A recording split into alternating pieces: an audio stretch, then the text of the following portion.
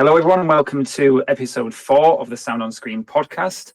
As we are recording this just before December, this episode has got a bit of a Christmas theme to it, but also talking on a much broader topic of AI in film music and the comparison between AI-generated music and the more human element in films such as Home Alone that really gets us in the Christmas spirit.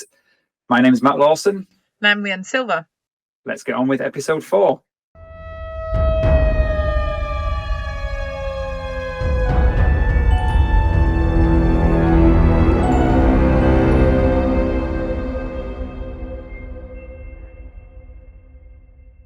Right. So this is, I feel like it's such a huge, two huge topics, but especially the intersection of these two elements. So I guess the more human elements of Christmas spirit, Christmas traditions, particularly in multimedia and screen music, etc. But also then this sort of, I guess, not necessarily a newcomer because it's been a technology that's been in development for quite some time, but it is definitely a newcomer in the past 3-4 years to the conversation, which is generative AI. So yeah, I do find it's quite interesting making an episode, and I think it's going to be a really interesting conversation that we're going to have on Christmas, the Christmas spirit, the Christmas industry, and then let's throw into the mix the AI and the technology driven sort of industry side of things as well. So yeah, I mean, should we start a little bit by speaking a little bit about Home Alone? And Matt, you sort of talk about Home Alone a lot, and I know that you're quite a huge fan of John Williams. And I guess in the last episode we did talk quite a bit about that. But do you want to sort of tell us about what it represents to you, what it means to you? Yeah, absolutely. So full disclosure, I've never been the biggest fan of Christmas. I'm kind of one of these people who finds the whole commercial aspect of it a little bit hard to stomach. But there are parts of, and I'm, again, full disclosure, I'm not really a religious person. So Christmas is just something that I've grown up with as a tradition in the UK context. To me, Christmas films are wonderful. Like, Christmas films are one of the aspects of Christmas that I find kind of most magical. And if anything's going to get me in the Christmas mood, despite the fact it's still November, and I've got very strong thoughts about the whole Christmas shenanigans starting in November instead of December. But it's a Christmas film. Christmas music in Christmas films really starts to get me in the festive spirit. And Home Alone is one of my favorite films. I mean, I'm a grown adult person. I can watch it in June if I want to, but it's kind of gutting that I can't really watch it in June because it's a Christmas film. So one of my favorite times of year is when I finally get to watch Home Alone for the first time again, around this time of year. So, but it's the music to me, John Williams, and I'm currently writing a chapter on John Williams's kind of how his use of music really encourages this holiday nostalgia, festive nostalgia. There's something just magical about Williams' score to Home Alone in the way that it's really hard to kind of put a tangible explanation on, but the way that he packages like the feeling of Christmas into music, and sometimes it is as simple as adding jingle bells to one of his themes, and sometimes I'm trying to unpick at the moment what it is about the harmony, the tonality, the melody that makes the Home Alone score so different to Star Wars, Jaws, Jurassic Park. It's whether it's the sweeping melodies, whether it's the kind of longing in some of the intervals that he uses. That's something that I need to research and write about for a deadline that's coming up very soon. But it's really got me thinking.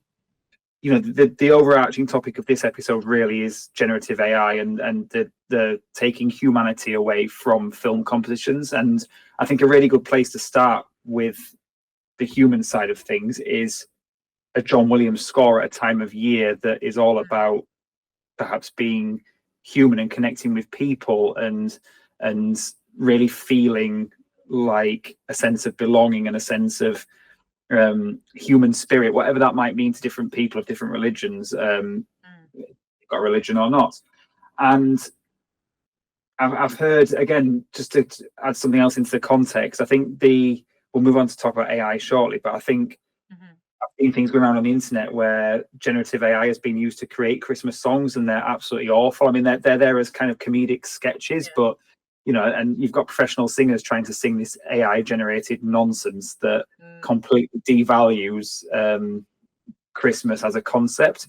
So I think we're taking John Williams' Home Alone as like, and there's other films as well that really do it for me in terms of the music. So Polar Express is another one. I think the music in that is absolutely wonderful. I'm just having a quick look now to see who composed the music for that, because I've forgotten off the top of my head. Alan Silvestri, so another big name in film music. So films like Polar Express, Home Alone, Elf as well is a wonderful film, has a wonderful score. Christmas songs in Christmas films as well. I think there's just something for a self-confessed bit of a Scrooge like me, the fact that the music can do that to me and encourage me to feel that festive spirit just shows how important music is in films of this type, that it can even penetrate a bit of a hard case like me when it comes to feeling the Christmas spirit. On the flip side, we can now start talking about generative AI. So we've got this kind of human magical element at this end of the spectrum.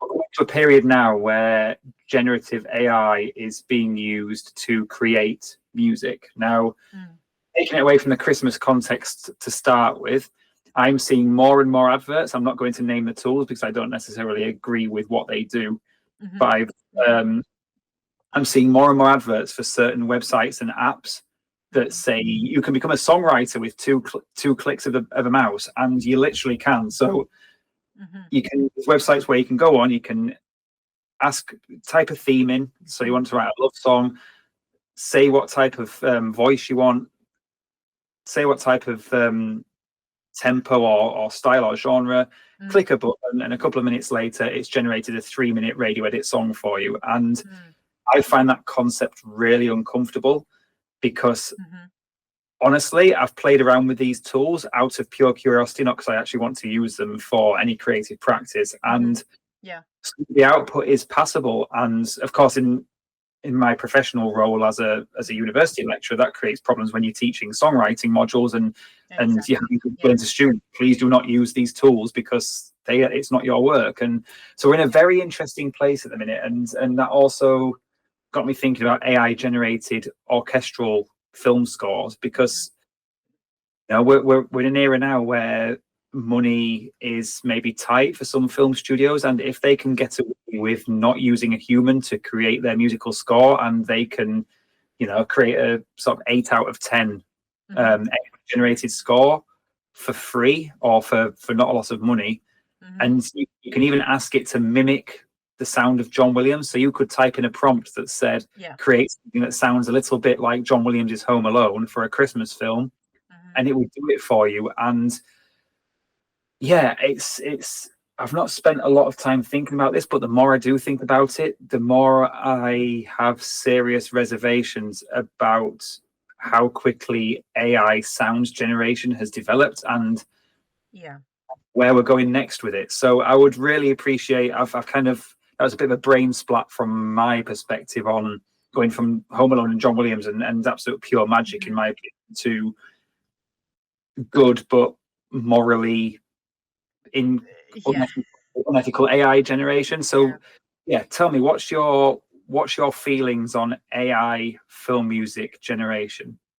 I have a lot of feelings. I just full disclosure, just as a composer and as a creator myself, and as someone that has taken great effort and great care into just sort of learning the craft, and not in the sense of necessarily learning the rules and then trying to replicate them, but just in the sense of actually exploring the practice creatively, both as a composer and as a songwriter.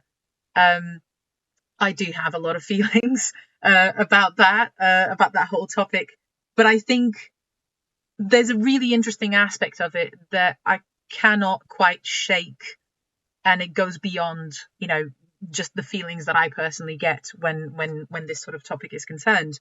And it touches on what you mentioned, and it actually, I'm going to bring it back a little bit back to Home Alone, and I'm going to I guess give my own example of, you know, a film that gets me in the Christmas spirit, which for me is a bit of a weird one, but it's The Nightmare Before Christmas. Yes. Yes. Oh, that's a great film because you can watch it any time from like October to December because it's a Halloween and a Christmas film, so it spans 3 months. It's a wonderful film, yeah. I mean, Tim Burton is I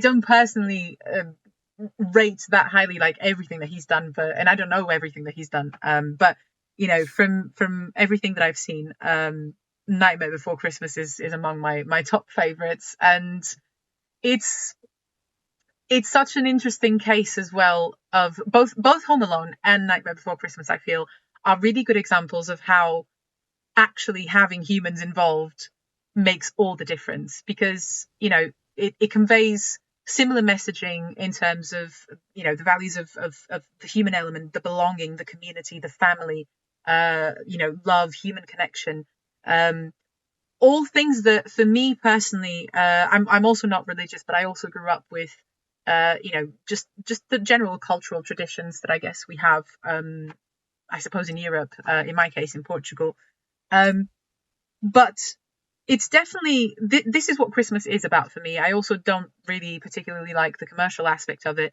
but I do quite enjoy the family aspect and the, you know, reconnecting with people, and just sort of sharing that atmosphere, just, you know, whether it's sharing food, whether it's sharing a meal, a good conversation, a good catch up, and just actually having the occasion to do that without it feeling like you're stressed out because you have to work, you have to be somewhere, you have to do something. So I quite appreciate that aspect of Christmas. And I connect this very deeply with humanity in the sense of, this is one thing that I consider really is, I guess if you could say, what makes us human, which is a question that I've been dealing with a lot, just for my PhD, you know, and dealing with Cyberpunk and Blade Runner. But in this sense as well, that is such a human need. It's such a human thing for us to connect, to have quality time with the people that we care about, and, you know, create that sense of belonging and community. And then on the other end of the spectrum, it's almost an oxymoron, I think, you know, to go to a generative AI website and ask it to generate a song for Christmas, which is a time in which, you know, the underlying spirit, the underlying intention should be human connection.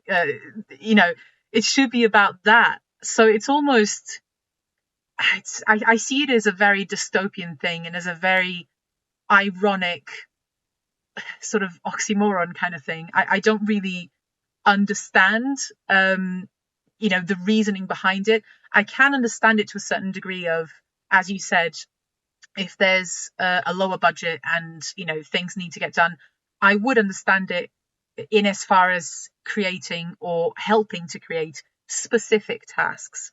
So something where AI is used as a tool with a very specific purpose, but not necessarily used as a way to replace, you know, human composers or actors or whatever, everyone that's involved in each of these mediums that we're talking about, whether it's film, television, or video games, or whatever it is. It's so many people that, you know, whose jobs all of a sudden are perhaps at risk, because it's cheaper and it's easier to, you know, just go to one of these websites. It's kind of a gross act of self-sabotage by the film industry, I think, every time they use AI to replace something that a person could do. Mm-hmm. Because if you're using fewer people with those skills to make films, mm-hmm. eventually that skill set's going to dry up. Exactly. And then when, you know, I think, you know, just looking at the cost, all right, AI can reduce the cost of creating a film score by anything between 70 and 99%. So, you know, a 2-hour film score created by AI might cost you somewhere in the region of £4,000 or £5,000 for the subscription to do it, whatever it takes to do it. And, you know, a more traditional method might cost you between £1,000 and £10,000 per minute. But for that money, you get a composer might get an orchestrator, you might get an entire symphony orchestra to record, and you get the human element as well. I think that's the key thing. And I think with the whole AI thing, I think we're gonna get to a stage where it hits a peak, and then I think the world will be so saturated with it that people will start to crave what's what I'm looking for? Imperfection, human imperfection. Yeah.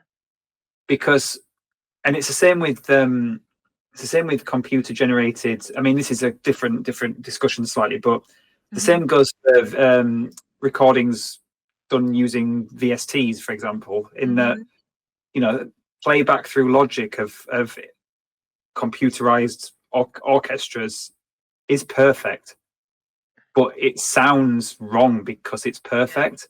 You need with a real recording, you get a flautist who might come in 2 milliseconds after the other flautist, or you might get a timpani roll that goes on for 4 milliseconds too long. But it's those tiny little imperfections that make it sound real, and we kind of get into that uncanny valley notion of it being too perfect. Like the human ears and human eyes, we need imperfections. And I don't know the science behind that, but if you listen, it's like auto tune as well for singers. Like I've always been a bit on the fence about that, because it's I much prefer that more raw, unfiltered imperfection, because that's the human voice coming out. If you start to add effects to it, then it becomes less and less and less human. It's like I'm going to use Darth Vader again. How many times am I going to talk about Star Wars on this podcast?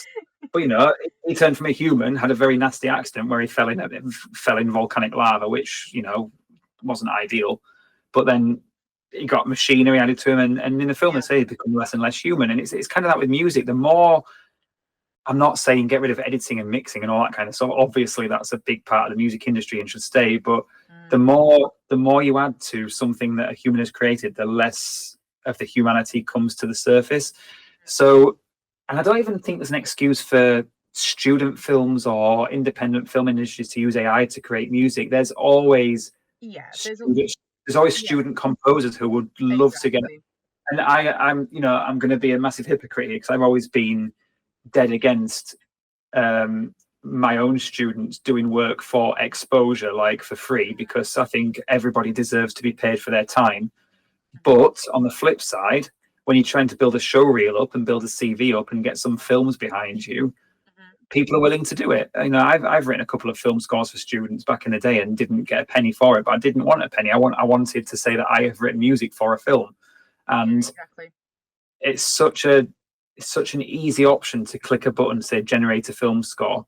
And another thing as well, and I'd like your thoughts on this, is the lack of nuance and the lack of bespoke score when you use AI. So you can give it as many prompts as you like, but we've just discussed leitmotifs in the last episode. There is no way that AI, even as advanced as it is now, could create a film score that has as much nuanced orchestration, use of leitmotif, use of tonality and melody than a human composer could put in there. The little tiny musical hints or musical jokes or musical foreshadowings.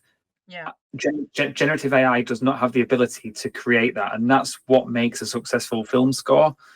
So I don't think we're at the point yet where AI is going to start writing Hollywood film scores, because I think the budget's still there to pay a person to do that, and I don't think the technology with AI is there yet to create a level of score that could rival Hans Zimmer or John Williams.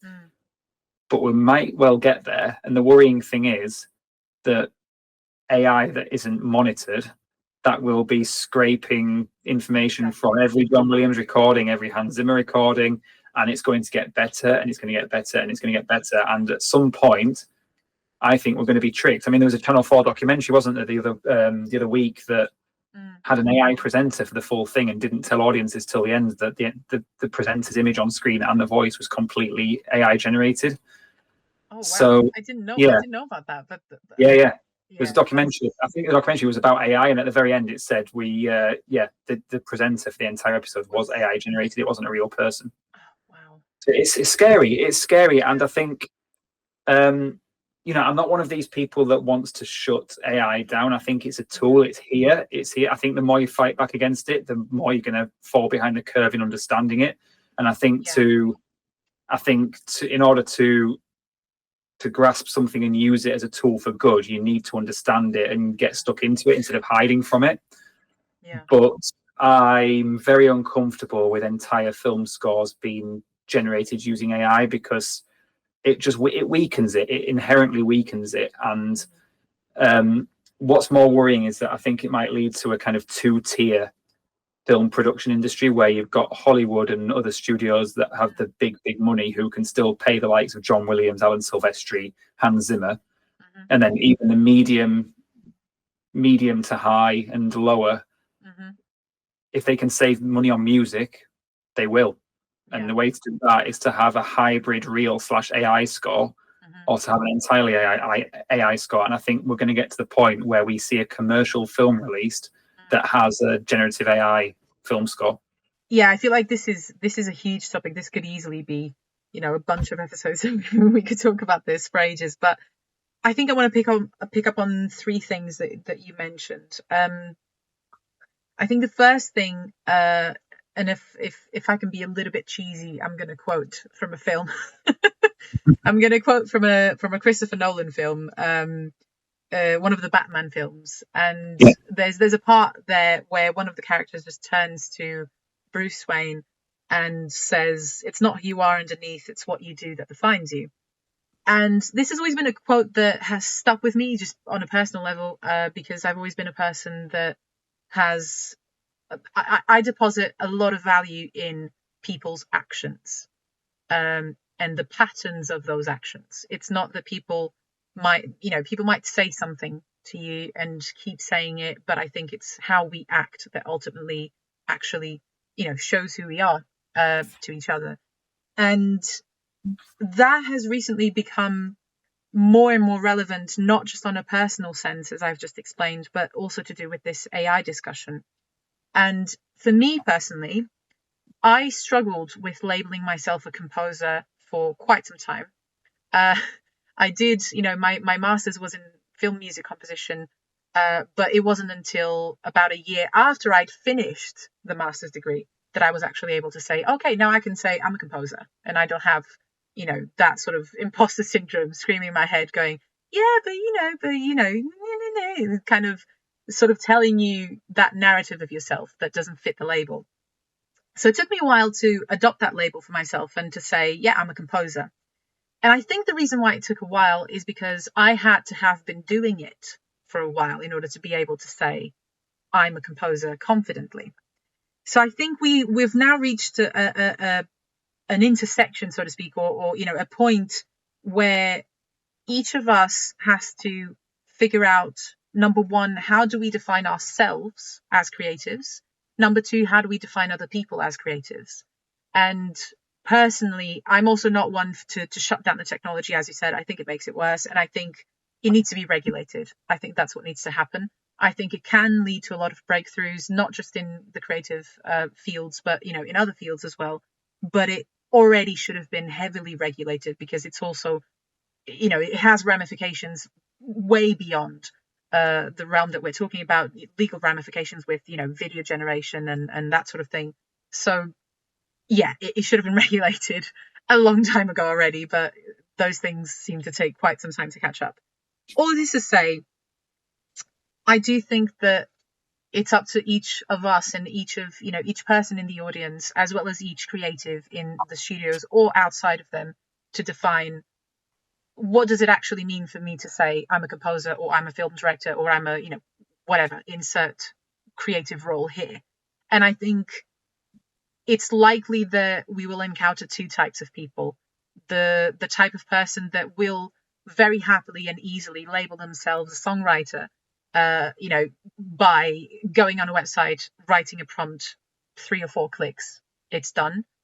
And the people that would actually go, no, actually, hang on, I'm a songwriter because this and this and this and this and this is involved in the process. And I'm actually doing these things and taking these steps and, following these inspirations, etc., etc. And this leads me to another thing, because you mentioned human imperfection. I think imperfection is a really interesting and loaded word. And I think we absolutely should be unpacking it in the discussions that we have surrounding this technology.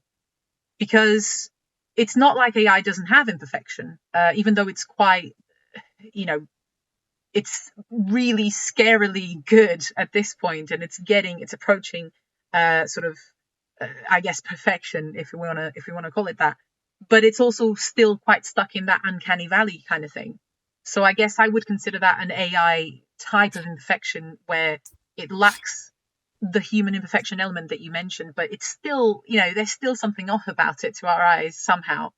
And I connect that actually not just with what you said, because you also mentioned how in a score maybe there's a musical joke, or maybe there's a small detail, or even the whole hysteresis effect, and just the slight delays between the violin players, for example, that create this sort of naturally occurring, almost a chorus type of effect, if we want to call it that.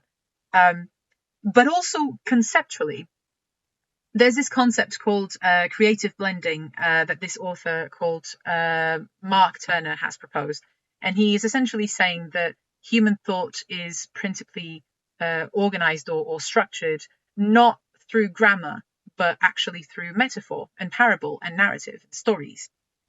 And this is our strength. I think for everyone that, sort of brings out the argument of, oh yeah, but, AI is just a tool and it's just doing what we do anyway, because we also listen to music and then we spit it out almost. I fundamentally disagree with that. At least when we take into consideration the genuine intention of not plagiarizing. So, you're genuinely trying to create something. And I think the reason why I disagree with that the most, and the proof that I find, so to speak, of that being, a fallacy, is creative blending, because it's this paradox. We consistently underestimate the power of our own creative minds. But it is in this that it lies. It's the capacity that we have as humans to sort of connect different concepts, sometimes that other people wouldn't connect. They wouldn't make those connections. And that's the strength. That's where you can have a unique score, a groundbreaking score of someone hearing a sound that reminds them of something that happened in their childhood or whatever. And they turn it into something, unique and palpable and that moves audiences. And AI will not, I don't think, do that, because it lacks human experience. And this can only come through experience and through time and through living, and impacting each other as humans. So I think, sorry, I also realize that I'm kind of we're both just rambling at this point, but I hope it's, sort of just bringing home the point of just bringing back to Home Alone as well, and this human element. Isn't that what it's all about? Isn't that what it's supposed to be about as well, creating art? I don't know. What do you think about all of this, Matt? I know that I just spoke about things, but no, I think it's such a huge topic. I mean, we could talk about AI generally in terms of humanity, and it's a huge, possibly one of the biggest. Mm-hmm. I want to say biggest threats to humanity. It's the biggest potential disruptor of humanity in our lifetimes, and possibly, I don't want to say ever, in terms of the technological age. I mean, it's fundamentally changing the way we function. Like, if you go on the internet, I'm not a big user of social media, but the majority of adverts or posts that are going viral, either the text or the image is AI generated. And we're losing the human. Every social media used to be seen as a problem. Now it's a problem because you're not even interacting with humans on there. Before it was like, oh, social media will stop you talking to people in the street. But now even online communication is being saturated by AI generated music and video. And it's just a very interesting time to be alive at the minute with AI generation. And the one, whether it's just because it's Christmas and you think about, however you spend Christmas, it doesn't necessarily have to be linked to family, but that image of kind of a cozy living room with a tree in the corner, watching a Christmas film, watching stories of Christmas themes like love and belonging and all that kind of stuff. And the thought that, I'll just quickly mention it because I realise this episode's been going on quite a long time now, but the Coca-Cola advert, we've not mentioned that yet. Yes. For people, most people listening to this, I'm assuming, will be in the UK or the US. That's a very broad generalisation, but I'm assuming that's our target audience or the majority of our audience. You're welcome to listen from wherever, and you're very welcome if you do. But in those countries, there's a Christmas commercial advert, whatever you want to call it, every year by Coca-Cola. That's usually a Coca-Cola lorry or truck driving through. There's a very recognisable piece of music, a song that Coca-Cola have in these adverts, and that's the first sign that Christmas is on its way. Usually it premieres mid-November sort of time. Yeah. And this year it's completely AI generated, and I don't know if that extends to music, but certainly the people in the advert and the graphics are AI generated, and there's been a massive backlash. We'll put a link to a news item in the description of this video. And you think, what's the next step? Is it that all TV adverts, because commercialization, all TV adverts will start to have AI music as well? And I don't really want to discuss library music today because that's a different topic, but library music itself used to receive some criticism for not being bespoke to the image it was representing.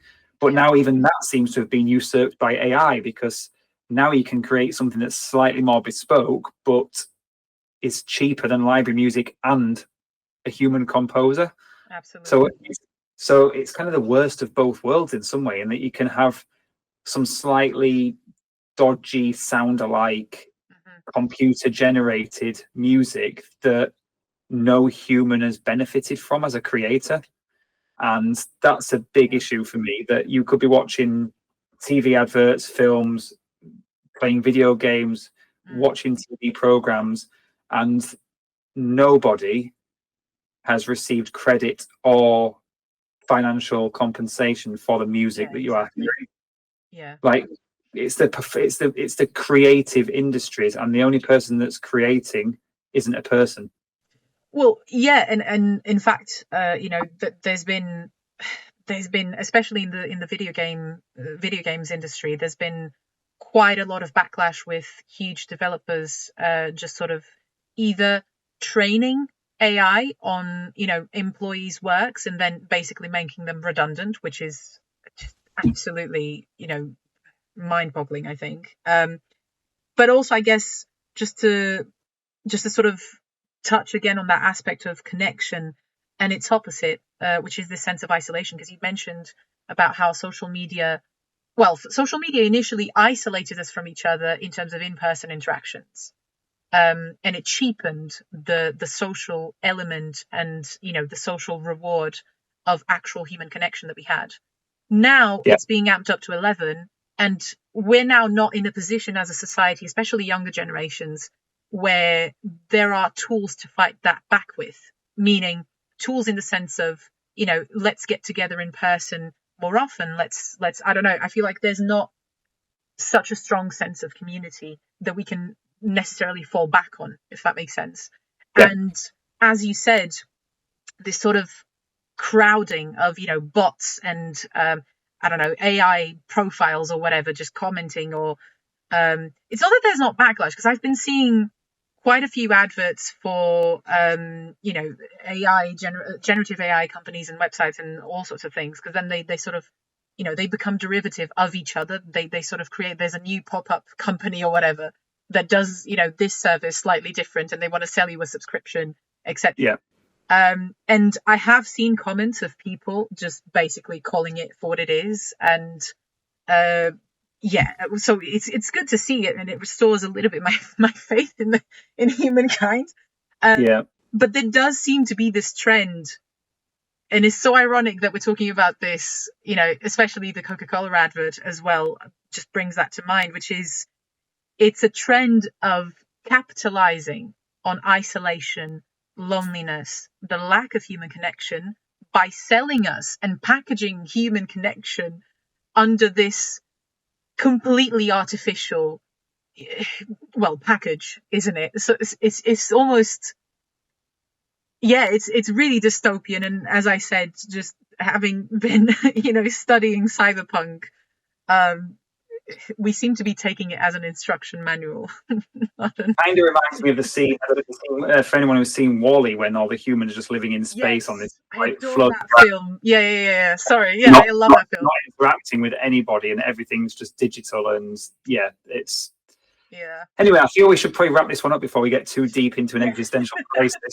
yeah, But yeah, go and watch Home Alone, everybody. It's got wonderful music by a living, breathing human being, performed by living human beings on orchestral instruments, and try and bring ourselves back from the precipice of doom, and remind ourselves that yeah, all of Hollywood film music and around the world, different film studios are using real people to write their music, and long may that continue. And hopefully, we're kind of borrowing doom from the future here that doesn't yet exist, but it's hard to imagine this not happening at some point in the future. But I'm hoping that people like us and people that value film and the creative industries and the arts, that there's enough backlash against using generative AI to create music for film, or any other thing, anything else in film as well, whether it's visual effects or computer generated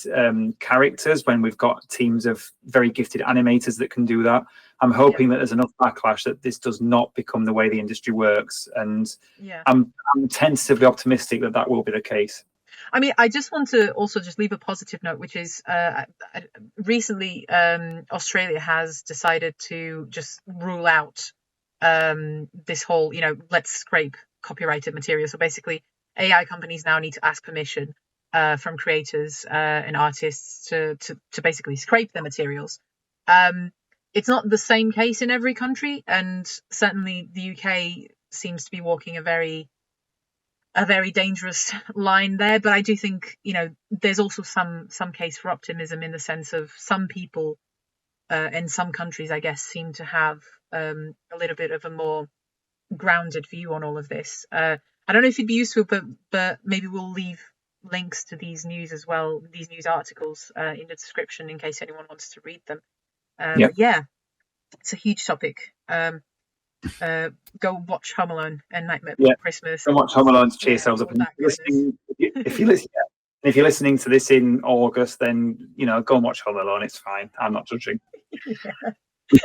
We'll wrap up there then. So thank you very much, everybody, for listening to episode 4. Some quite heavy discussion today about AI, but I think it's a discussion that we'll keep having in the future as well as things progress. So we'll keep an eye on that. But yes, thanks again for listening to the Sound on Screen podcast. It's goodbye from me. And goodbye from me.